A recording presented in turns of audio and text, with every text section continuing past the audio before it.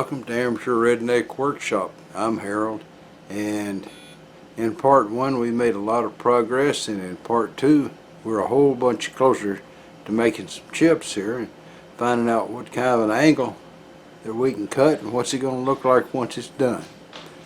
I practiced last week and this week thinking that tomorrow there would be a 22 fun Sunday, and then yesterday it rained, you know, like the bottom was falling out. And the fellow went out to investigate and said the ground's too wet, not going to be dry by Sunday. And then the latest weather forecast says it's going to rain on Sunday anyway. So there I went and I did all that practicing, and I fixed my rifle twice. And it's all called off. But that's alright. I needed practice, and I need to practice every day because Steel Challenge is coming up in a couple of weeks, and I need to be ready for that. So away we go. Let's get on out to the shop and cut some chips with this thing. There's my redneck indica. I bet you guys thought I was going to make a video of making it and then never use the thing, huh? I might have thought that sometimes myself, but there it is. Came in really handy. After getting the little Grizzly all cleaned up like that, I sure hate to make chips on it. But you know, it's what it's made for. This thing taking 7/16 T-nuts just happens to be a size I don't have. I guess I should have been sucking up to Jim Deadman while he was making T-nuts, huh? Oh well, I guess what we're going to have to do here is order some. And if they come in 4 times to can this video, then we'll make some chips, and if not, the video will be released without any chips. I don't know, we'll see. Now originally I thought, well, I'll just fasten a piece of aluminum onto that table with a couple of T-nuts and such. Of course the T-nuts didn't come yet, and then I surprised myself with my own stupidity. I was sitting there, well, what the heck, I'll just put my vise up there on the tilt table and hold it with that. Well, duh, gotta have T-nuts to hold the vise on with too. But not having any, I went down to the local Lowe's looking for 7/16 bolts, which they don't have. They might have had it in some special $5 a bolt bin or something, but I got some 3/8 stove bolts, or carriage bolts, depending on who you ask about them. Got a couple of those and put them in there, and I think they're going to hold the vise. So I'm going to line the vise up and get the mill head up to a reasonable height, and then we will put the piece of aluminum in the vise, and we'll cut an angle on it, and that'll be our chips, and we'll say we've tried out the angle table, tilt table, whatever. Alright, that's straight within a thousandth over the width of the vise, which is probably good enough for a little demo. And that little back plunger sterret indicator has been a real wonderful tool. I've had it since the 70s, and it's done a good job that whole time, every time I want to use it for something. Alright, so I have a piece of metal right here, and I don't know, I'm pretty sure that the sides of it are not really terribly square. I'll check that and then I'll come back and tell you. Okay, now then, we're gonna pretend to believe these graduations here, and we're gonna tilt it over, I guess 45 degrees, which is a reasonable thing to tilt it to. And I'm going to put this over here on my mill table just to make sure nothing whacks it, you know. I wouldn't like to put a dent in it. I don't know if that's going to happen, but then I haven't used this thing, have I? So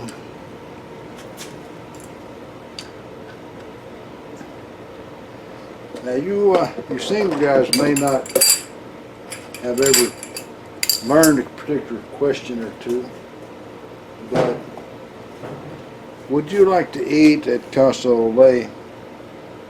It's not a question. Married guys know that it's not a question, and they're ready to go to Casa Ole immediately. Oh yeah, the only right answer to this is okay or sure or some such thing as that. And my thing here is touching over here. I have to just remove it. Looks like it's about. I'm gonna have to crank this back over a ways. There. I'm not sure this is going to work so good.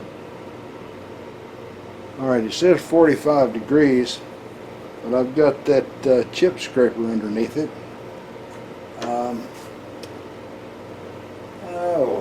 Let me ease it out of there.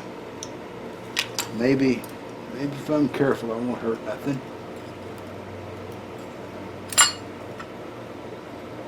Okay.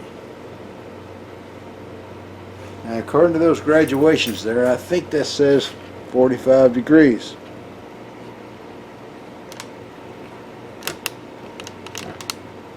Alright, you can see what the pointer's pointing at, I think, fairly good. And let me get in a little closer. That's as far over as I can lean it, so that should be the 45 degrees they promised that it would go. And I've come to where these days I'm not too much on believing merchants, especially not foreign merchants. Of course, Grizzly is a U.S. company, but their products come from overseas. So I don't know. I've been ripped off twice here in the past couple of months by foreign merchants. And I've got to where now, if I buy on something on Amazon and it comes up and says that it'll arrive in 2 or 3 weeks or something like that, I know what country it's coming from and I cancel the purchase. I mean, that's what I do. Alright, now that I'm thinking that this thing is not going to drop the tool down there anywhere near. Let me back you up where you can see what I'm seeing. Anywhere near where I want it. I may have to, yeah, that's as far over as I can go. So, I guess I need to stand this guy back up straight, get the vise off of there, and clamp the piece right on the table. I'll wake you guys up when I get there. Alright, that's probably about as good as I can do with the camera. I'll save my camera experiments at getting fancy for later on. I had to set it up like this because I don't really have the right fixtures for doing this kind of thing. Being inexperienced at it, I had no idea, you know. So what we'll do is we'll just try cutting a 45 angle on it for a little ways until I get up close to my clamp. So away we go.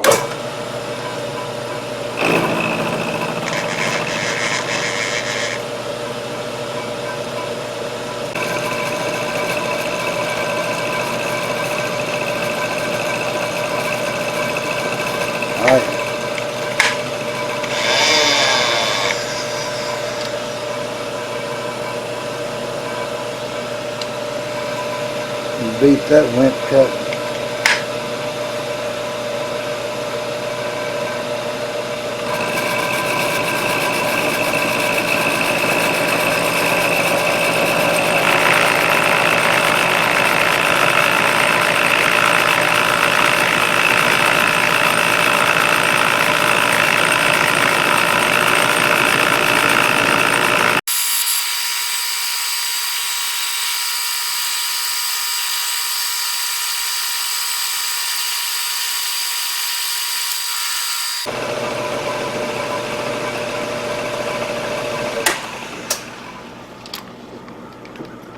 Alright, so now if you got a Bridgeport or a Bridgeport clone, you can just lean the head over and do that just in your regular vise. But not having that, this is what I did. So I'll shut off the camera for a second and remove it and deburr it, and we'll take a look at it. Alright, so probably didn't have the camera on, did I? I have heard a criticism by someone about this table in that this nut and this nut are so close together. But I can get my wrench in there and operate it either way. There's a good inch room between them, so I don't see that as any kind of a problem, personally. Alright, I deburred it with a Lipton mill, and we'll take a look here and see how close to 45 we think we got.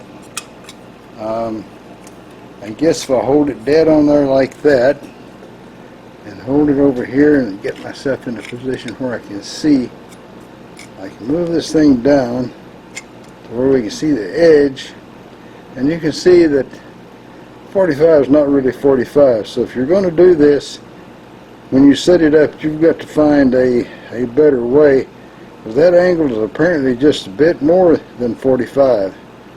Not much more, but some. So all I can say is I like it. I haven't been able to cut an angle like that, just run up and cut it, and I can see a lot of possibilities for this in the future. I think it's going to come in really handy, and I'll learn how to do everything just right with it, and then I'll do everything just right, and it'll be stupendous. So now let's go and see what Bubba or Ole or Thibodeau or somebody's up to. Well, it seems like Boudreaux and Thibodeau and Hebert were all out joyriding in this sports car, and they was going pretty fast, and they hit this slick spot on the road there. Down there in Plaquemine Parish, in Louisiana. They hit that slick spot, and bam! They hit this tree and killed all three of them right there on the spot. Now, they was pretty good boys, so they wound up in heaven, and St. Peter, greeted them, showed them around a bit, and he says, boys, there's an awful lot of stuff you can do up here in heaven. He says, but one thing you can't do is step on my ducks. He says, I want to make sure y'all understand that. Y'all don't go stepping on my ducks. They said, oh, we won't do that. They promised we're not going to step on no ducks. So they go along there for a while, and sure enough, poor old Hebert accidentally steps on the duck. Click, there's St. Peter right there on top of him, and grabs him by the arm and handcuffs him to this woman. Ugliest woman you've ever seen in the whole world, in your life, And he says, all right, he says, because you stepped on my duck, he says, you're going to have to spend eternity handcuffed to this woman. But Thibodeau and Hebert, they saw this, and they said, well, we better be careful here, but I don't wind up like poor old Hebert, And so they're being more careful, and still Thibodeau messes up one day, stumbling along, steps on the duck. There's St. Peter, shows up, claps the handcuffs on him. Another woman, ugliest woman you ever saw in your life. St. Peter says, well, he says, you done stepped on my duck. I'm going to handcuff you to this woman for eternity. Well, Boudreaux, that just scares Boudreaux, He's on his P's and Q's, and he makes sure everywhere he goes that he don't step on any ducks. And he goes on for several years. Don't step on a duck or nothing. And one day St. Peter grabs him up by the arm, hauls him into there, claps a set of handcuffs on him. And Boudreaux looks around. He's handcuffed to the most beautiful woman you ever saw in the whole world. Just absolutely beautiful. And St. Peter takes off. Boudreaux looks at the woman. He says, well, what was that all about? She says, I don't know. I was just walking along, and by accident I stepped on a duck, and then this happens. Well, that's all, folks. Y'all try to subscribe if you're not already a subscriber. Leave a comment if you got something to say. And above all, remember, keep on keeping on. Bye now.